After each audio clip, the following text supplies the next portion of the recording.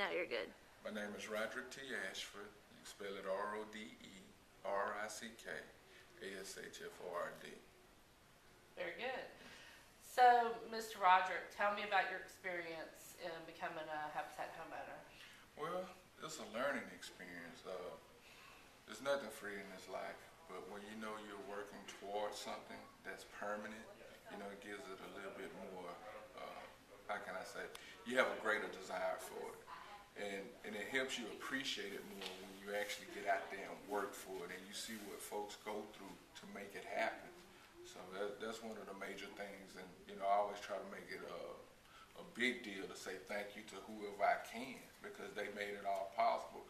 The few little sweat equity hours that I did, it didn't seem like a few at first, but it gives you a greater appreciation for what Habitat does for the community. Why was home ownership important to you?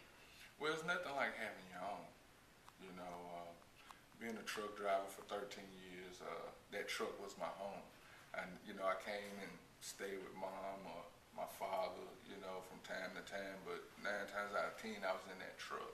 So, with Katrina, that ended all that. So it had to, I had to come to a point in my life, what do I want to do? Do I want to continue that, always moving around, or do I want to come home and be stationary? So it gives you a sense of home. Your parents worked hard to have what they have, but you got to get yours as well. So tell me about your house. Tell you about my house. It's a 3-bedroom, 2 full baths, and it's actually a Mima cottage conversion.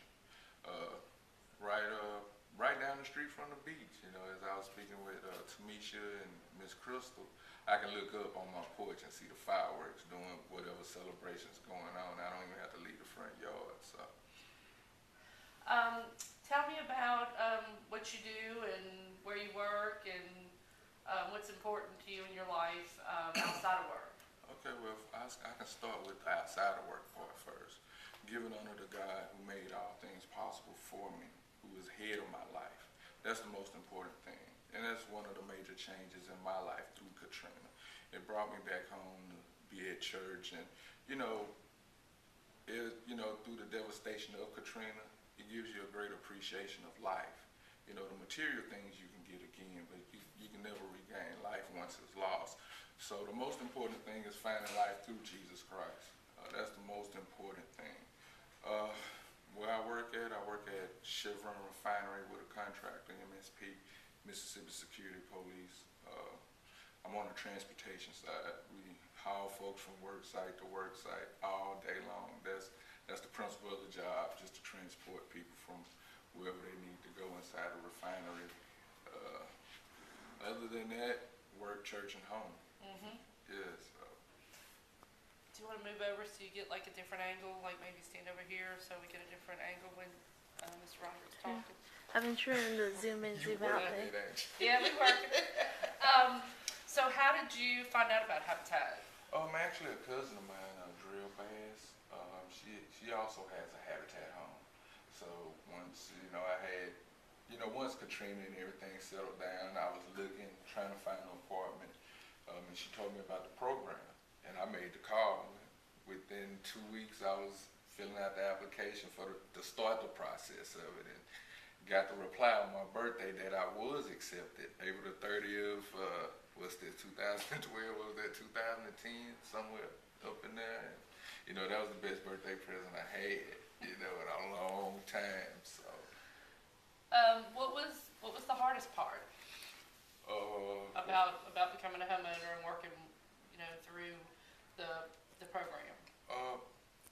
With Miss Crystal, I talk about it all the time, but it's the discipline of saving your money, getting yourself on a budget, changing your lifestyle is what it is.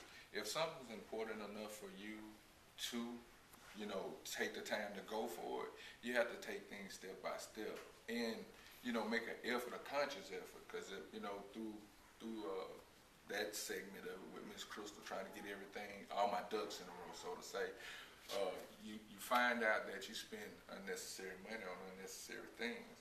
And as I told her, she was worse than my mama. She was very tight on me. But in the end, I'm in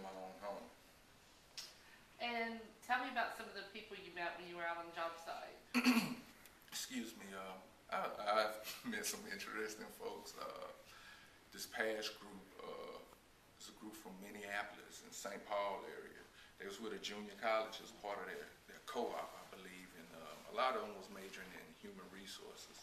But to be able to have time and sit down and speak with someone you never known, you get to find out a little bit about them, and you find out that people are struggling and going through things everywhere.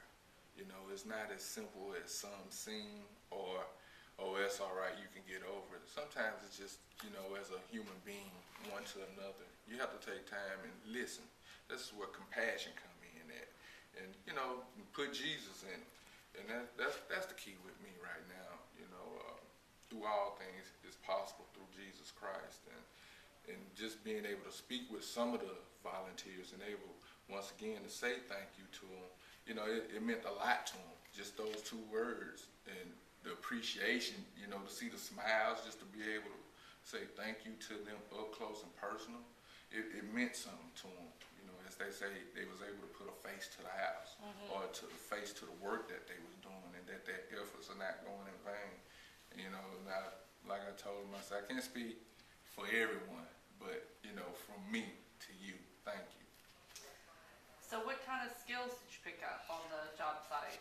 Well, dealing with a tape measure, squares, a level, you find out, in my trade, driving a truck and culinary arts, I never had use for none of those things.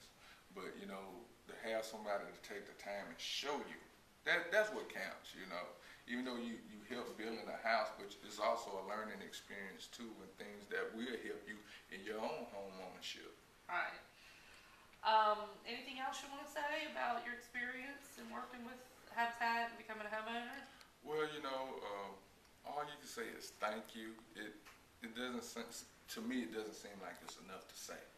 But through all the sweat, through all the classes, there's a lot of people that had a lot to do with it. Hope Housing, I'm trying to think of the young lady's name. I can't think of her right now, but she was over the cooking class and arranging the classes, the finance classes and all that. These folks are taking time out to make sure that you're ready for home ownership.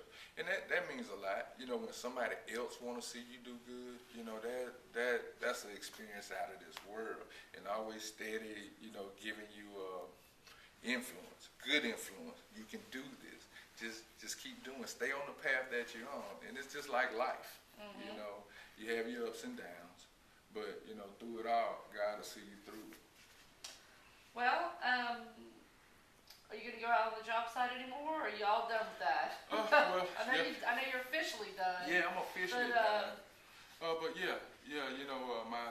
with Mr. Brad, I had a chance, the past 2 weeks, sit and talk with him. Time to, certain mornings it was just me and him, and we were able to talk. So we developed a friendship, and to be able to help someone, because the volunteers actually helped me by donating me some hours. So it's what Christ did while he walked here these 33 years.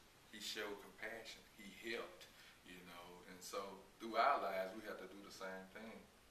Well, congratulations. Well, thank you, ma'am. Glad to have you. Yes, ma'am. I appreciate it.